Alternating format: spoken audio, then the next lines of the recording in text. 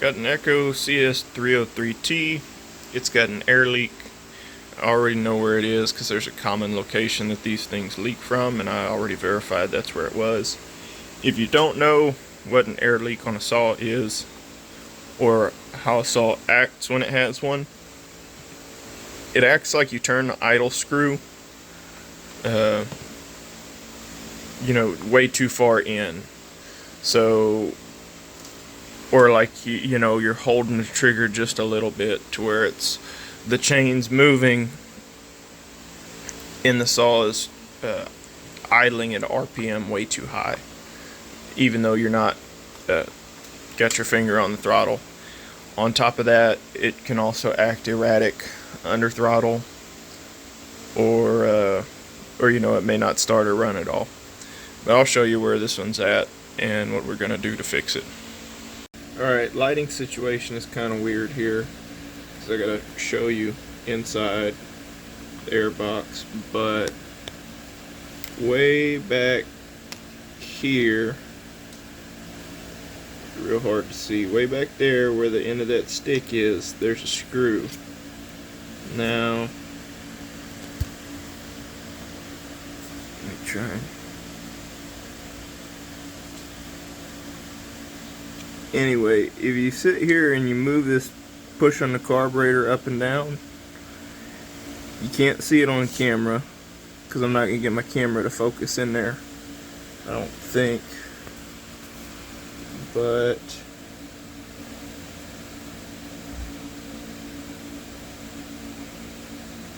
I can see it with my eye where the isolator's moving back and forth on that screw back there.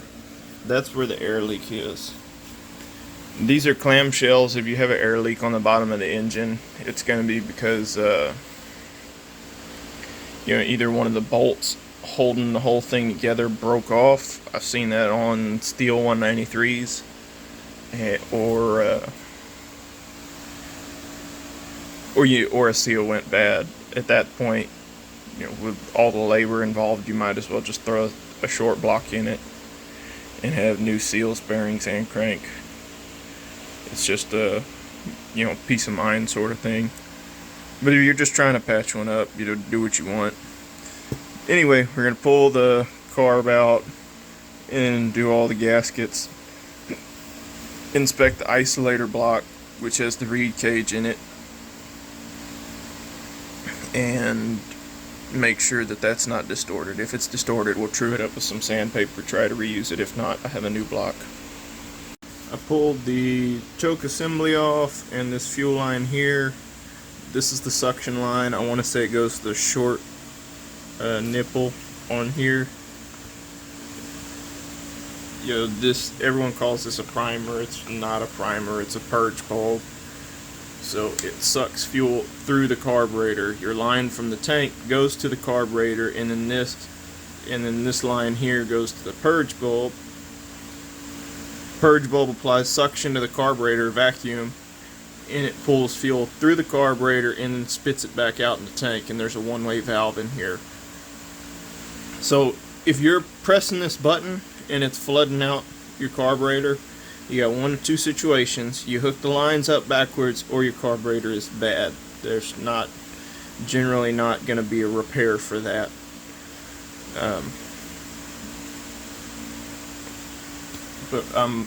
That's getting off track here. Pulled the air cleaner retainer plate, the bolts that mount the carb, and the choke plate. Cleaned all this stuff off. I'm going to put,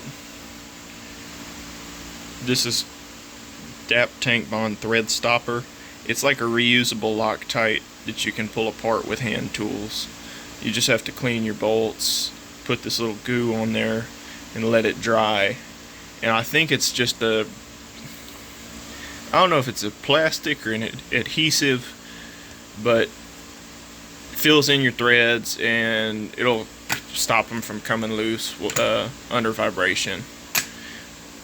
Another pro tip, if that's all you pulled off of there, and you're intimidated or you're losing parts already, that's when you really need to consider taking it into a shop. I'm not trying to knock anyone. If you're the kind of person that can pull 4 bolts off of something and lose 3 of them, let someone else work on it. Don't drag it in a bucket after you've already butchered it. Anyway, gonna pull the carb. That's just this little linkage in there. You pop it off to the side, and then the carb's retained by the line, fuel line. You pop that off, and the carb should pop right out. Now we're to the isolator or reed cage or whatever you want to call it. I had to dump the fuel out of this thing. I tend to forget to do that part. But now you should be able to see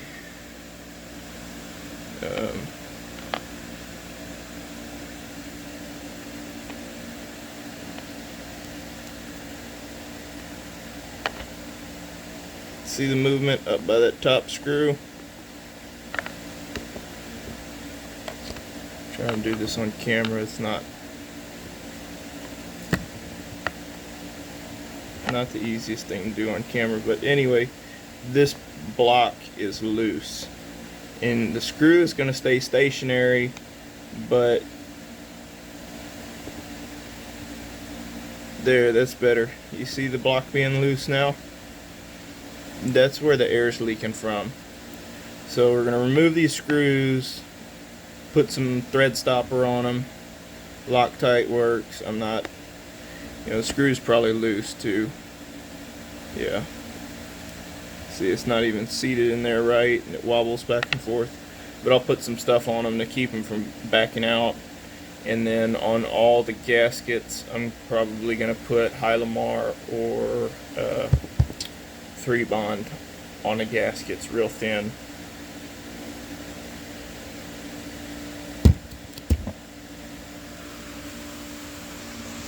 So the isolator block is out of here. Here's your isolator block. It's got a little foam piece to kind of help with I think that's just sealing from around the air fins, because these get pretty dirty and dingy back there. Yeah, that's to seal the air box. There's dirt on the back side of it. Most of that's from me sitting it on my dirty table, but I'm going to clean this piece before it goes back in there. You can see on the bottom left the motor. I need to scrape that little bit of gasket material off. Then we'll clean that whole thing. You got to be very careful, because in that hole is the engine. You don't want anything falling in there. It's not good for it. Engines don't like dirt. I was trying to be gentle and work this gasket off of here, and my big old fingers obliterated it. So it goes into the trash. This block doesn't look terrible, but this is I forgot that you can't true these up. I think I said that you could do that in an earlier video, or earlier in the video, but you cannot. There's a little pattern in there. It's etched in for sealing, and this is a high mileage saw, and it gets used in a cherry picker man lift for trimming up trees. So we want to make sure it's right. I got a new, they don't call it an isolator, they call it an insulator. That's the part number for it.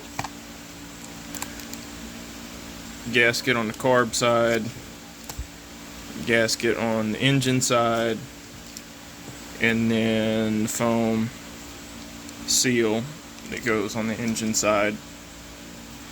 Because these things, once they get a little bit of oil and carb cleaner and fuel on them, they just fall apart, get distorted. You want it to seal right. Otherwise, you're sucking in filth into your air box, and it'll work its way into the carburetor and into the engine. It's just a matter of time. So I'll get those things all thrown together. Being that all these parts are already true, I'm going to put Hylamar on there instead of 3-bond, because once you put the 3-bond on there, it cures and it's, you know, hard to take apart. That's what you do when you don't ever want to take it apart again, at least with gaskets. You can use it on the engine parts as long as it's a flat surface and you can scrape it clean. The Hylamar stuff you want to put on here really thin. Most of these are sealing surfaces, so when you get into tolerances on the sealing surfaces here, usually less than 4/1000 is all the gap you have to fill. So if you can see it on there, that's probably enough. Like in this hole, that's a little excessive, but you just want to make sure you don't plug your impulse hole, that one there, and that's why I got that bamboo skewer, is to clear that hole out.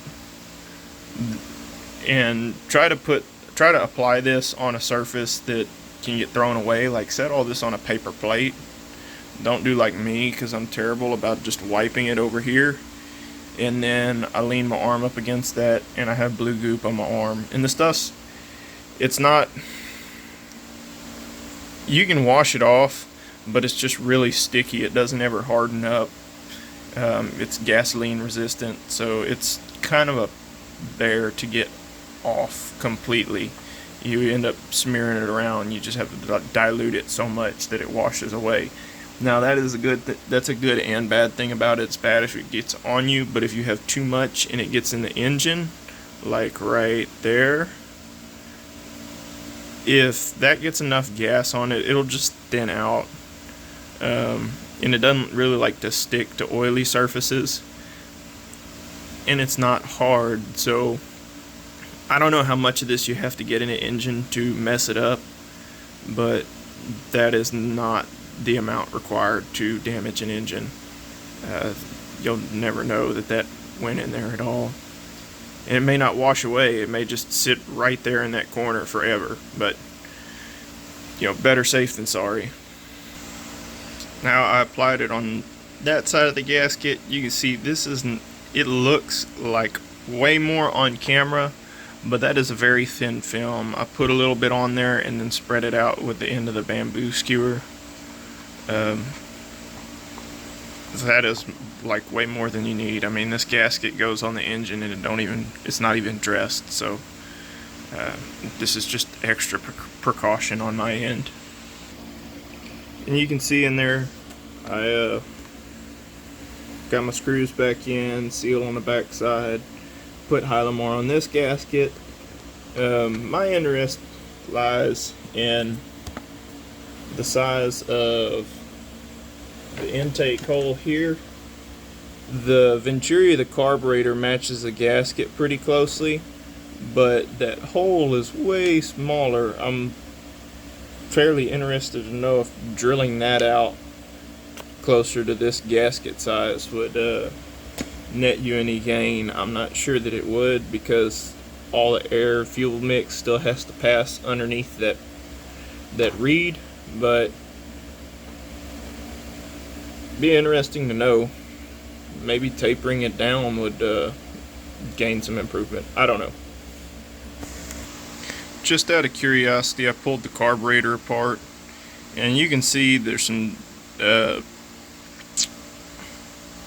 some distortion in this diaphragm here. I did this strictly in my own interest. Screen is super clean, so that's great, but this saw was built in May of 2017, so it's 6 years old, and it gets, you know, I don't know if it's daily, but at least several times a week gets used on tree takedowns and trimming and stuff. So this is probably the original diaphragm in there, And you can see the little flappers are starting to curl. There's distortion in some of the areas, so this is one of those, it's like $8 or $10 to get a kit. Probably wouldn't hurt it at all, but I'm going to do that later on. We're just getting it back to running for now. These little washers here are super important. If you don't have them, your choke will not function. They're really easy to lose, and you probably won't notice if they fall off. I dropped one on the ground, spent 5 minutes looking for it, and it was, 6 inches from my foot where I dropped it. Everything except this top fuel line's in. Throttle works. Choke works. Install my fuel line, throw the fuel filter on there, and then verify that it's running right. Alright, got it filled with gas. I think the little wire in here for the kill switch is dead, or the kill switch is dead. But choke, prime it.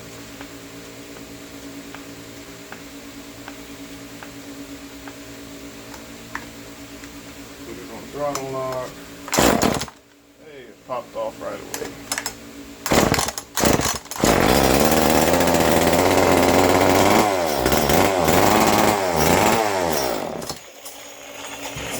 That's not enough. So, man, pull cord is short on this thing. I'm gonna throw a new pull cord in there just because.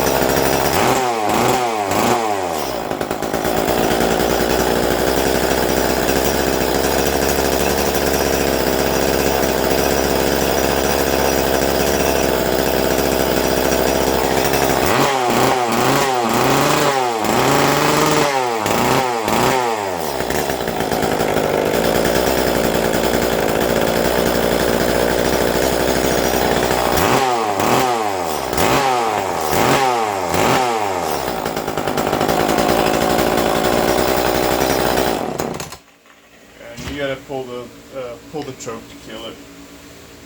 So that's close. I don't have a bar, so I can't test it. It's kind of aggravating to get something you got to repair, or at least on chainsaws, it's aggravating to get a chainsaw to repair and not have a bar, because then you have no way of verifying that your tuning is correct, and no way of verifying that it's actually going to hold power in a cut.